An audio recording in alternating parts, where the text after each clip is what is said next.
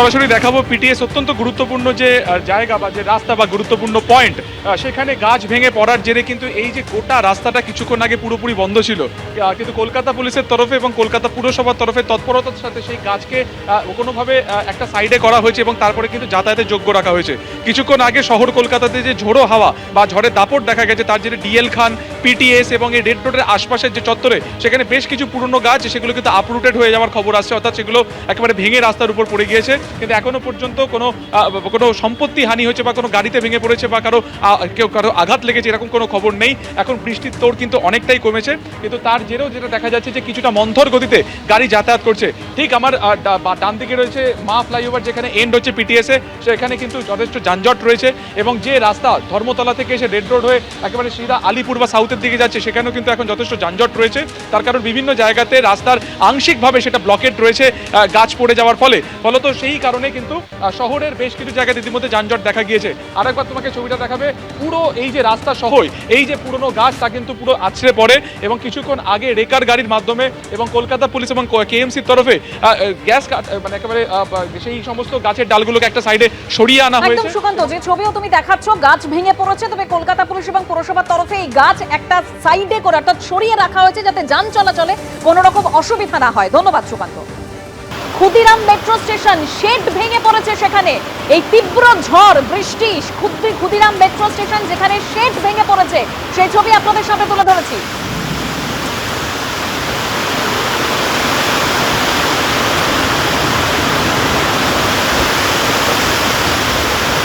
South city shopping মলের ছবি আপনারা দেখতে পাচ্ছেন, কাঁচ ভেঙে গেছে। রাজর্ষি দত্তগুপ্ত আমাদের প্রতিনিধি রয়েছেন টেলিফোনে। রাজর্ষি, সাউথ সিটির ছবি আমরা দেখতে পাচ্ছি একেবারে কাঁচ ভেঙে পড়েছে। একদমই তাই, সাউথ সিটি মলের বেশ কিছু কাঁচ সেগুলো লাগানো ছিল, কিন্তু হাওয়ার দাপটে এবং বৃষ্টির ঝাপটে এই কাঁচগুলো বেশ কয়েকটা ভেঙে পড়েছে এবং যেহেতু একটা সুউচ্চ শপিং মল, সেখান থেকে কাঁচ ভেঙে পড়লে অঘটন ঘটে যেতে পারে, সেই জন্য এখন সুরক্ষার বন্দোবস্ত করা হয়েছে এবং যাতে আর কাজগুলো না ভেঙে পড়ে সেজন্য সাউথ সিটির কর্তৃপক্ষ সতর্ক রয়েছেন। পুলিশের তরফ থেকেও বাড়তি সতর্কতা অবলম্বন করা হচ্ছে এবং এই শপিং মল আরো শহরে রয়েছে। যে পরিমাণ হাওয়ার দাপট এবং বৃষ্টি শুরু হয়েছিল তাতে অনেক জায়গাতেই অনেক রকমের ঘটনা ঘটেছে, কিন্তু সেইগুলো যাতে আর কোনো রকম ক্ষতি না হয় সেই ব্যবস্থা এখন করা হচ্ছে। যার মধ্যে সাউথ সিটিটা প্রথমেই জানা গেছে যে এই বেশ কয়েকটা কাঁচ ভেঙে গেছে, খসে পড়ে গেছে, এরকম ঘটনা ঘটেছে। একদম রাজর্ষি, অর্থাৎ সাউথ সিটির শপিং মলের ছবি দেখতে পাচ্ছেন। এই যে এত বৃষ্টি, প্রবল ঝড় হাওয়া, তাতে বিভিন্ন কাঁচ ভেঙে পড়েছে। ইতিমধ্যেই সেখানে সুরক্ষার ব্যবস্থা করা হয়েছে যেরকম আমাদের প্রতিনিধি জানাচ্ছিলেন। তবে একাধিক জায়গায় যেভাবে গাছ ভেঙে পড়েছে, বৃষ্টির জেরে যা পরিস্থিতি, একদম বিভিন্ন জায়গার ছবি আপনাদের সামনে রেখেছি। বিবাদিবা কলকাতা বিমানবন্দর একেবারে রানওয়ে জল জমে গেছে। আনন্দপুর, বেহালা, হাওড়া, গোঘাট প্রতিটা জায়গায় একই ছবি। যেভাবে হঠাৎ করে স্বস্তির বৃষ্টি অবশ্যই, কিন্তু যেভাবে ঝড়ের দাপট, সেখানে বিপত্তির সৃষ্টি হয়েছে। যান চলাচল কোথাও কোথাও একেবারে ধীরে এগোচ্ছে যান চলাচল। বেহালা, হাওড়া, গোঘাট, আনন্দপুর, বিবাদিবা কলকাতা বিমানবন্দর, সেখানে কিন্তু ইতিমধ্যেই উড়ান চলাচল ব্যাহত হয়েছে, বন্ধ রাখা হয়েছে। সল্টলেকের ছবি দেখতে পাচ্ছেন, গাড়ির উপর ভেঙে পড়েছে আস্ত একটা গাছ। ঝড় এসছে, পড়ে গেছে, আমি তো খাওয়া খাচ্ছিলাম হোটেলে। এখন এসে গাড়িটা রেস্কিউ করা হলো। তো হয়েছে, কেউ ইনজিয়ার্ড হয়েছে না, একটা মোটর সাইকেল ভাড়া ছিল, ওর উপরে পড়েছে, দাঁত ভেঙে গেছে। অর্থাৎ এই গাড়ির ওপরে আমরা দেখতে পাচ্ছি গাছ পড়ে এবং একটি বাইক চালক, সে কিন্তু পেছনের দিক থেকে আসছিল, তার ওপরে গাছ পড়ে এবং সে আহত হয়েছে। তাকে বিধাননগর হাসপাতালে নিয়ে যাওয়া হয়েছে।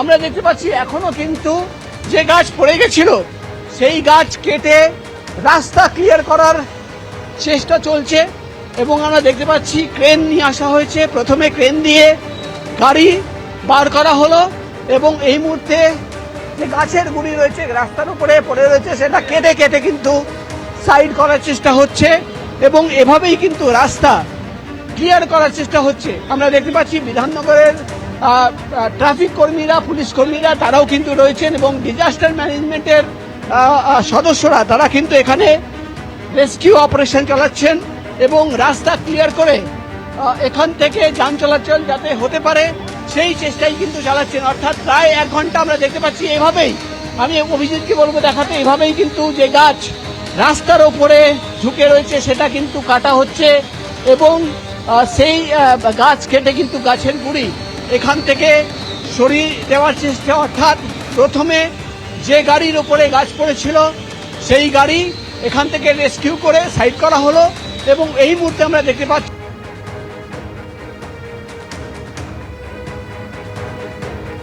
সল্টলেকের সেই ছবি দেখতে পাচ্ছেন, গাড়ির উপর যেভাবে গাছের গুঁড়ি একেবারে একদম আস্ত গাছ ভেঙে পড়েছে গাড়ির উপর, যেই গাছ এখন সেখান থেকে সরিয়ে নিয়ে যাওয়ার কাজ চলছে, একদম যেভাবে কেটে কেটে গাছ সরানোর কাজ চলছে সেখানে সল্টলেকের ছবি। তবে বিভিন্ন জায়গায় যেভাবে গাছ পড়ে বিপত্তির সৃষ্টি হয়েছে, কিছু কিছু জায়গায় রাস্তা একেবারে একটা পাশ দিয়ে ধীর গতিতে যান চলাচল করছে। প্রবল বৃষ্টি তার সঙ্গে ঝোড়ো হাওয়া, যার জেরেই কিন্তু গোটা শহর জুড়ে এভাবেই গাছ ভেঙে পড়ছে। বিভিন্ন এলাকায় বিপত্তির সৃষ্টি হচ্ছে, যানবাহন চলাচলে ব্যাহত হচ্ছে, ধীর গতিতে এগোচ্ছে। দেখো এই মুহূর্তে আমি দাঁড়িয়ে রয়েছি হাইল্যান্ড পার্ক চত্বরে। তুমি দেখতে পাবে এই অংশে একাধিক জায়গায় এইভাবেই কিন্তু গাছ ভেঙে পড়েছে রাস্তার ওপরে। জায়গায় জায়গায় রাস্তায় গাছ ভেঙে পড়ার দরুন যান চলাচল সেখানে বিঘ্নিত হচ্ছে। যেই জায়গাতে আমি রয়েছি ইএম বাইপাস সংলগ্ন রাস্তা হাইল্যান্ড পার্কের জায়গায় জায়গায় গাছের ডাল এইভাবেই পড়ে রয়েছে। কোথাও রাস্তা সম্পূর্ণ বন্ধ রয়েছে, কোথাও রাস্তা আংশিক বন্ধ রয়েছে। এই মুহূর্তে যে ছবি আমরা দেখতে পাচ্ছি তা হলো হাইল্যান্ড পার্কের যে অংশে আমি দাঁড়িয়ে রয়েছি সেখানে এইভাবেই রাস্তার একটা বড় অংশ জুড়ে গাছ কিন্তু প্রায় পুরোটাই ভেঙে পড়েছে। মাঝখানে যেহেতু কিছুটা অংশ ফাঁকা রয়েছে তাই সেখান থেকে কোনো মতে যান চলাচল করছে, এইভাবেই যানবাহন চলাচল করছে একটা অংশ দিয়ে। এইরকম সমস্যা বিভিন্ন জায়গায় হয়েছে কলকাতা শহর জুড়ে। কোথাও গাছের ডাল ভেঙে পড়েছে গাড়ির ওপরে, কোথাও আবার বড়সড় বিপর্যয় ঘটেছে, রাস্তা যান চলাচল বন্ধ রয়েছে।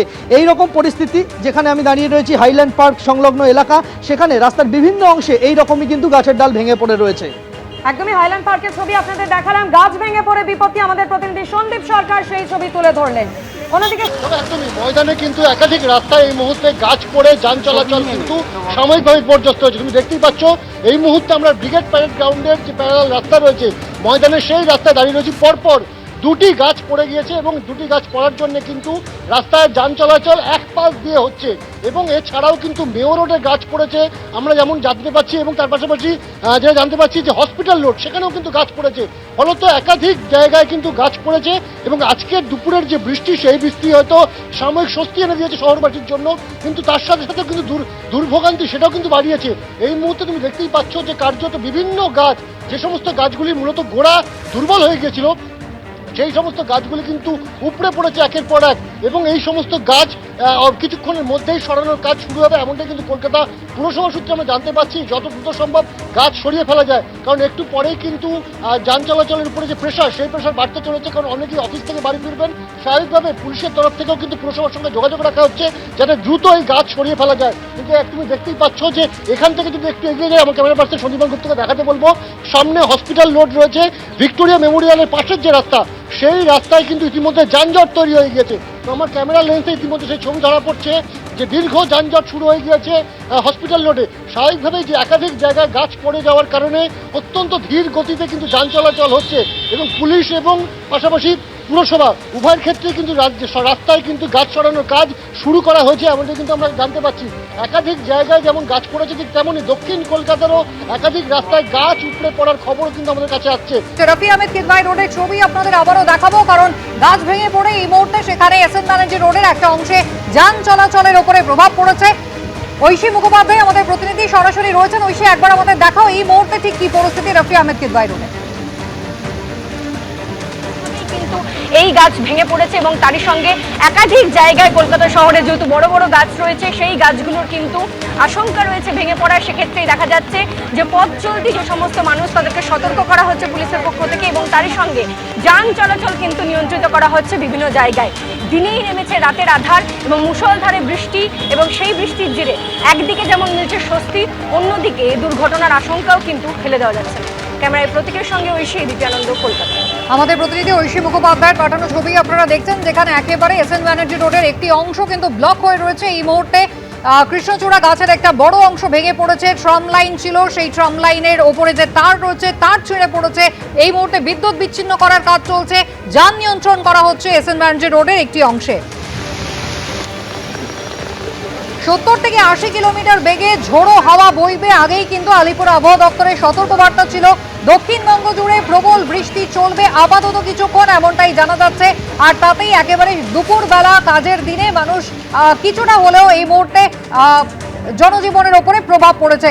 যেখানে আমরা দাঁড়িয়ে রয়েছি টালা পার্কের ঠিক পাশে দেখতে পাচ্ছ রাস্তার মাঝখানে গাছ পড়ে ডাল ভেঙে পড়েছিল, যেটা কিছুটা সরানো হয়েছে। এখানে স্থানীয় যারা আছেন তারা উদ্যোগ নিয়ে কিছুটা সরিয়েছে এবং যে ডাল যে গাছ থেকে ভেঙে পড়েছে বুঝতে পারছো যে তীব্র ঝড়।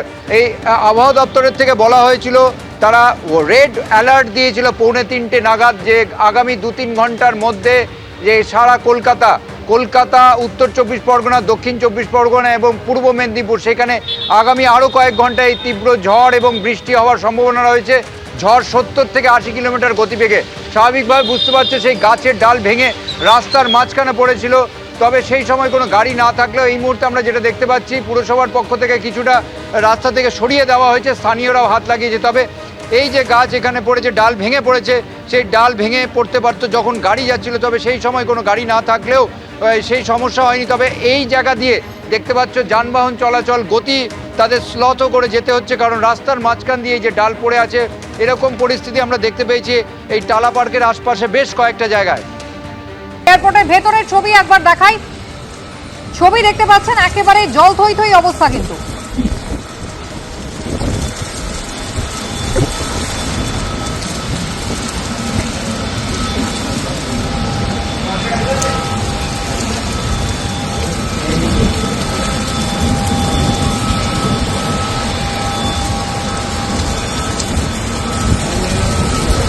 জল থই থই রানওয়ের অবস্থা দেখতেই পাচ্ছেন। আপাতত বিমান পরিষেবা বন্ধ রাখা হয়েছে কলকাতা বিমানবন্দরে।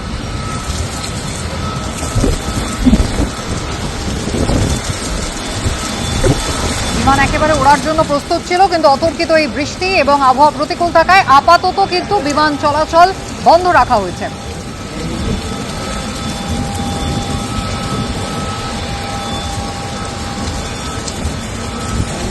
গোটা দক্ষিণবঙ্গ জুড়ে স্বস্তির বৃষ্টি নেমে এসেছে, তবে আপাতত বিমান পরিষেবার উপরে প্রভাব পড়েছে, কারণ বিমান তৈরি থাকলেও আপাতত তাকে উঠতে দেওয়া হচ্ছে না। বিমান পরিষেবা আপাতত বন্ধ রাখা হয়েছে কিছুক্ষণের জন্য।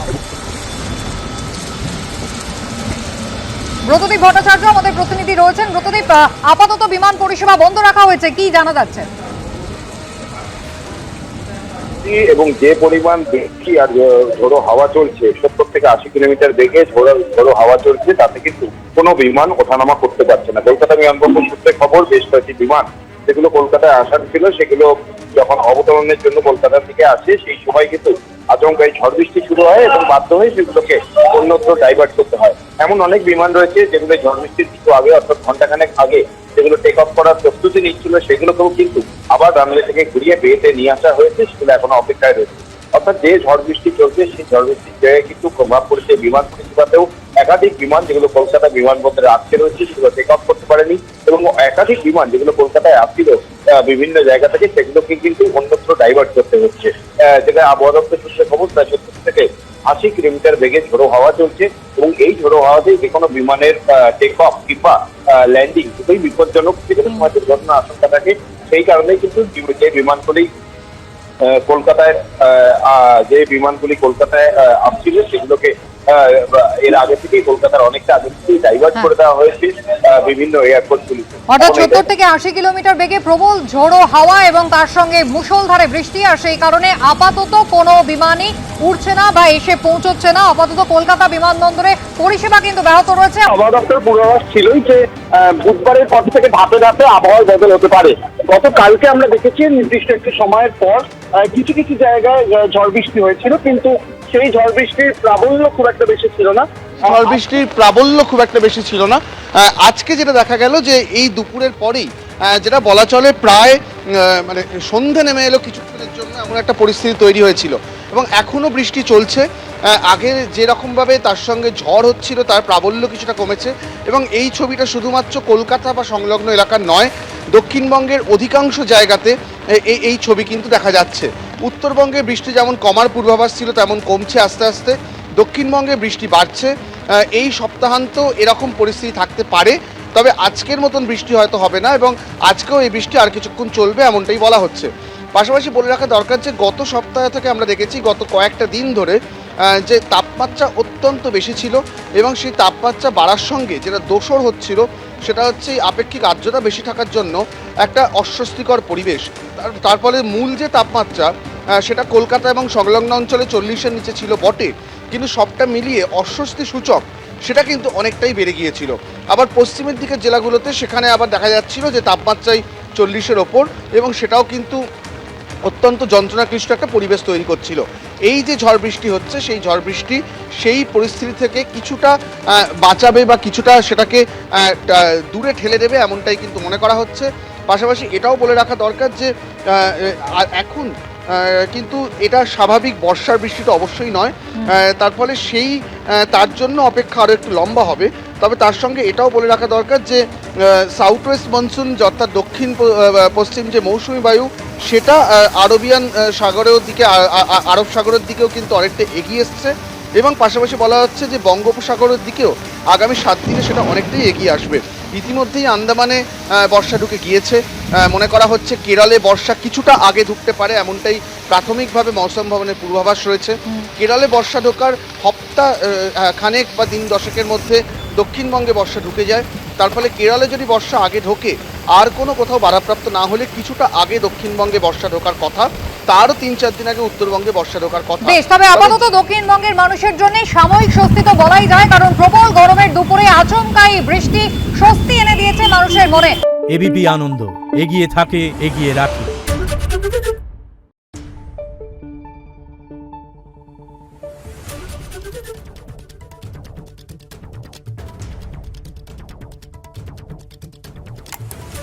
Thank you.